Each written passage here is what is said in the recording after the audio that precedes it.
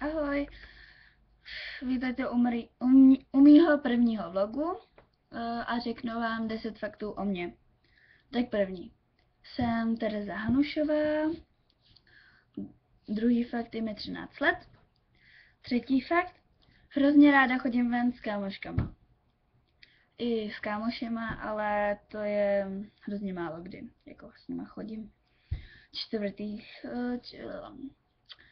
Čtvrtý fakt, hrozně ráda se prohrabuju ve vlasech, což v tomhle videu uvidíte fakt hodně často.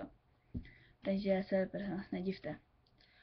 Pátý fakt, nemám ráda, když jdu s kámoškama ven a je tam hrozná nuda. Fakt, mám z toho chutí odejít.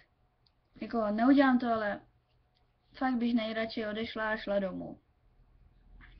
Šestý fakt, hrozně ráda tancuju, nakupuju, chodím ven.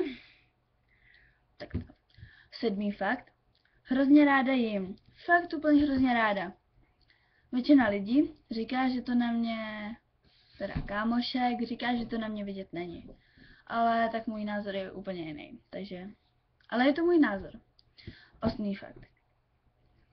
Jsem trhlá, to vím, ale prostě když někam jdeme s holkama, tak se jako především sice úplně strapníme, ale tak to nějak jako neřeším, aspoň, že není nuda, že jo.